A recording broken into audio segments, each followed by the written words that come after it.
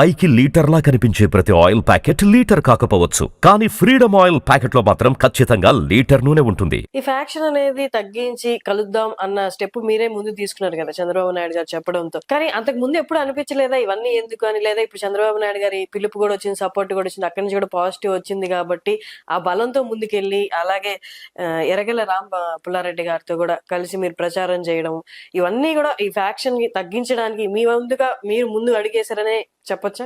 చూడండి, ఫ్యాక్షన్ చేయాలనే అసలు ఆలోచన ఎవరికి ఈ నాకే కాదు, నాకు తెలిసి ఏ నాయకుడు కూడా ఇప్పుడున్న సిచ్యువేషన్స్ లో ఫ్యాక్షన్ చేయాలనే ఆలోచన ఎవరికి ఉండదు. ఎందుకంటే ప్రజలు యాక్సెప్ట్ చేయరు. గతంలో ప్రజలకి ఫ్యాక్షన్ లీడర్లు అంటే ఒక క్రేజ్ ఉండేది, ఒక హీరోయిజం గా చూసేవాళ్ళు. కానీ ఇప్పుడు అందరు చదువుకున్న వాళ్ళు. ఇంతకుముందు మీడియా అంత లేదు అవేర్నెస్, ఇప్పుడు మీడియా అవేర్నెస్ పెరిగింది, పిల్లలందరినీ కూడా చదివించే వేలో వెళ్తున్నారు కాబట్టి ఎవరు కూడా ఫ్యాక్షన్ అనేది యాక్సెప్ట్ చేయరు. అది ఒక న్యూసెన్స్ కింద చూస్తున్నారు. ఇప్పుడు ఫ్యాక్షన్ ఎంకరేజ్ చేయాలనే ఆలోచన ఎవరికి లేకపోయినా కూడా, కానీ ఏదైతే ఆ వర్గం ఉంటది, వర్గపోరు ఉంటది కదా, ఆ వర్గాలని అందరిని కలిపే ఆలోచనలో పార్టీలు ఉన్నాయి ఇప్పుడు. కానీ ఎక్కడైతే అవసరం ఉందో వర్గాలను మేము ఎక్కడ కూడా వాళ్ళని కాంప్రమైజ్ కామని చెప్పము. అది మాకు బ్యాక్ ఫైర్ అవుతుంది. ఎందుకంటే చాలా వాళ్ళ కుటుంబ సభ్యుల్ని పోగొట్టుకొని ఉంటారు, వాళ్ళు ఆస్తి నష్టం జరిగింటది. మేము అధికారంలో లేనప్పుడు చాలా మంది ఊరు వదిలేసి వెళ్ళిపోయే పరిస్థితులు వచ్చినాయి. సో చాలా వరకు డ్యామేజ్ అయింది. కాబట్టి నిజంగా అంటే బాగా ఇబ్బంది పడిన కుటుంబాలను అయితే కాంప్రమైజ్ కామని మేము ఎక్కడ కూడా చెప్పము, చెప్పలేము కూడా. కానీ కొంతమందిని తీసుకోవడానికి అవకాశం కూడా ఎందుకు, మనం ఇప్పుడు మీరు ఇరగల రాంపుల్లారెడ్డి వాళ్ళ ఫ్యామిలీ ఇదే అన్నారు కాబట్టి, రాజకీయాలు ఇప్పుడు అట్లా లేవు. మేము ఎంత ఇది చేయాలన్నా పార్టీలు ఆ విధంగా లేవు ఇప్పుడు. అండ్ ఇది ఎప్పుడో గతంలో జరిగినవి. ఇప్పుడు ఆ వర్గపోరు తగ్గించాలన్నా, మేము గెలవాలన్నా, మేము గెలిచి బిగ్గర్ పిక్చర్ చూస్తున్నాము. ఇప్పుడు ఈయనను కలుపుకోవడం వల్ల నాకేం థ్రెట్ లేదు, లేకపోతే ఈయన కలుపుకోవడం వల్ల నన్ను కలుపుకోవడం వల్ల ఆయనకేం థ్రెట్ లేదు. మా ఇద్దరికి కామన్ ఇది, మేము గెలవాలా, వాళ్ళు ఓడిపోవాలా. ఎందుకంటే వాళ్ళ వల్ల వీళ్ళు నష్టపోయినారు, ఇరగల రాంపుల్లారెడ్డి వాళ్ళు నష్టపోయినారు. సో ఆ బిగ్గర్ పిక్చర్ చూస్తున్నామే తప్ప నువ్వేంటి మాతో కలిసేది, నేనేంటి నీతో కలిసేది అనే ఆలోచనలు ఇప్పుడు ఎవరు కూడా లేరు. మారిపోయింది, సిచ్యువేషన్స్ మారిపోయినాయి. బట్ కొన్ని చోట్ల మాత్రం కాంప్రమైజ్ కామని మేము చెప్పలేము.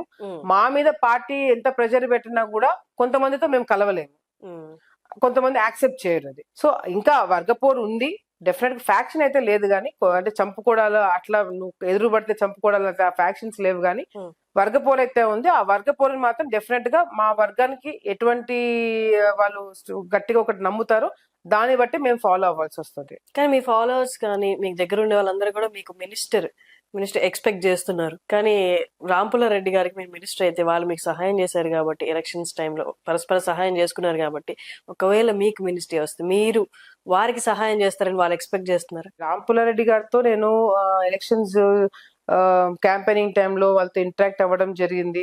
మేము కలిసి కూర్చొని కొన్ని విషయాలు మాట్లాడుకోవడం జరిగింది. ఇక్కడ కూడా వీ నెవర్ ఫెల్ట్ అన్కంఫర్టబుల్. అంటే ఏదో నేను ఎందుకు చేయాలా, వాళ్ళని చేస్తే వాళ్ళు ఏదో ఎదిగిపోతారు, ఏదో చేస్తారనే ఆలోచన నాకు లేదు. జెన్యున్ గా వాళ్ళు నాకు హెల్ప్ చేశారు, జెన్యున్ గా దే పార్టిసిపేటెడ్. ఎక్కడైతే వాళ్ళు హెల్ప్ చేసినారు, సో దానికి తగినట్టుగానే రేపు పొద్దున నాకు వాళ్ళకి ఏదైనా చేయడానికి అవకాశం వస్తే డెఫినెట్ గా వాళ్ళు put in a word. Okay. And me followers మీరు ఎక్స్పెక్ట్ చేసినట్టు మినిస్టర్ ఆలగడ్డ నుంచే కాదు, చాలా మంది నాకు ఫోన్లు చేసి మీకెందుకు రాలేదు, మీకు ఎక్స్పెక్ట్ చేసాం, మేము మీకు వస్తుందని చెప్పి గట్టిగా నమ్మినామమ్మా అని ఆలగడ్డ కావచ్చు, నంద్యాల కావచ్చు, ఎక్కడో రాజమండ్రిలో కూర్చున్న వాళ్ళు కావచ్చు, చాలా మంది నాకు ఫోన్లు చేయడం జరిగింది వాస్తవంగా. కానీ అదంతా నా మీద ఉన్న అభిమానం మాత్రమే. ఎందుకు చెప్తున్నానంటే ఈ 5 years నేను నా స్ట్రగుల్ చూశారు, నేను పార్టీకి ఎంత కమిటెడ్ గా ఉన్నానో చూశారు. చంద్రబాబు నాయుడు గారు అరెస్ట్ అయినప్పుడు నేను ఆమెను నిరాదీక్ష చేయడం చూసినారు. లేకపోతే పోలీస్ డిపార్ట్మెంట్ ఏదైనా ప్రాబ్లం వచ్చినా ఎక్కడ కూడా తగ్గకుండా నాకు ఏ టాస్క్ ఇచ్చినా కూడా పార్టీ నేను చేయడం జరిగింది. ఎవరి మీదకి నేను మాట్లాడాలన్నా కూడా సబ్జెక్ట్ మాట్లాడేదాన్ని, వ్యక్తిగతంగా విమర్శలు లేకుండా ఒక హుందాతనంగా 5 years పోరాటం చేసి నేను బయటకు వచ్చినాను. ఆ అభిమానంతో అది గుర్తించిన వాళ్ళు నాకు మినిస్టర్ వస్తారని ఎక్స్పెక్ట్ చేసేదే తప్ప నాకైతే మనసులో, ఎందుకంటే ఇది చాలా పెద్ద ఆబ్లిగేషన్. ఇప్పుడు చంద్రబాబు నాయుడు గారు కావచ్చు, లోకేష్ అన్న గారు కావచ్చు, ఇప్పుడు కూటమి ఉంది, ఎన్డీఏ ప్రభుత్వం కాబట్టి 2 పార్టీలు కూడా న్యాయం చేయాలి. ఎవరైతే నమ్ముకొని వచ్చినారో పవన్ కళ్యాణ్ గారు కావచ్చు, లేకపోతే బీజేపీ కావచ్చు, ఇప్పుడు చాలా మంది వ్యక్తులు ఉన్నారు కాబట్టి ఆబ్లిగేషన్స్ చాలా మందిని సాటిస్ఫై చేసే దాంట్లో ఆబ్లిగేషన్స్ ఉన్నాయి కాబట్టి మేము కూడా కొంతమందిని ఎక్స్పెక్ట్ చేయలేదు. అందులో నేను కూడా ఈ టైంలో అయితే నేను ఎక్స్పెక్ట్ చేయలేదు. ఓకే. కానీ డెవలప్‌మెంట్ వైస్‌గా వస్తే ఇప్పుడు రాయలసీమలో ఉన్నంత అంటే ఫాలోవర్స్ ఎలా ఉంటారు అంటే కత్తి పట్టుకోవడానికైనా రెడీ, అలాగే చచ్చిపోవడానికి కూడా రెడీగా ఉంటారు. ఒకరిని నమ్మునప్పుడు. మేబీ ఆ దూకుడుతనం అదంతా ఇటు సైడ్ ఇండస్ట్రీస్ వచ్చి ఎడ్యుకేషన్ ఆపర్చునిటీస్, జాబ్ ఆపర్చునిటీస్ పెరిగితే వాళ్ళు కూడా మిగతా స్టేట్స్ లో ఉన్నట్టు కొంచెం సఫిస్టికేటెడ్ గా మన వర్క్ మనం చూసుకుంటూ ఫుల్లీ పాలిటిక్స్ లో డెడికేట్ అయిపోయి కొంచెం మొరటుగా కాకుండా ఆలోచించి ముందుకెళ్తారు అన్నది ఏమన్నా మీకు అనిపిస్తుందా డెవలప్మెంట్ వైజ్ గా వస్తే? ఒకటండి, రాయలసీమలో కత్తిపట్టి అవన్నీ కూడా గతం సినిమాలు అవన్నీ. ఇప్పుడు రాయలసీమలో ఇండస్ట్రీస్ వచ్చినా రాకపోయినా ఎవరు ఆ ఇదిలో లేరు. లేరు.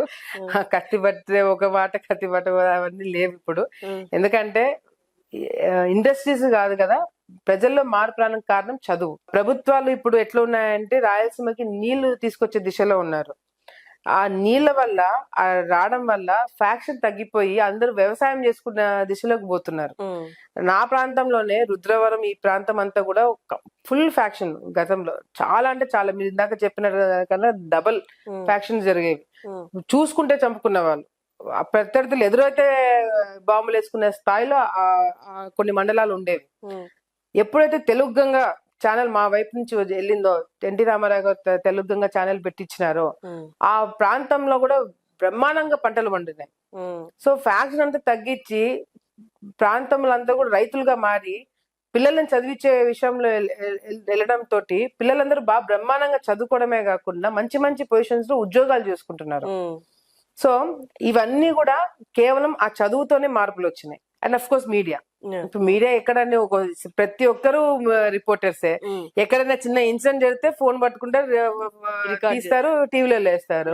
ఆ టీవీలలో వేసేవి ఏం జరుగుతుందంటే ఇంట్లో కూర్చున్న వాళ్ళు బంధువులు కూడా ఓయమ్మ వీళ్ళు ఇంత పెద్ద ఇదా అని చెప్పి అనుకోవడంతో ఆ ఫీలింగ్ తగ్గిపోవాలని చెప్పి చాలా మంది ఫ్యాక్షన్ కి దూరం అయిపోతున్నారు.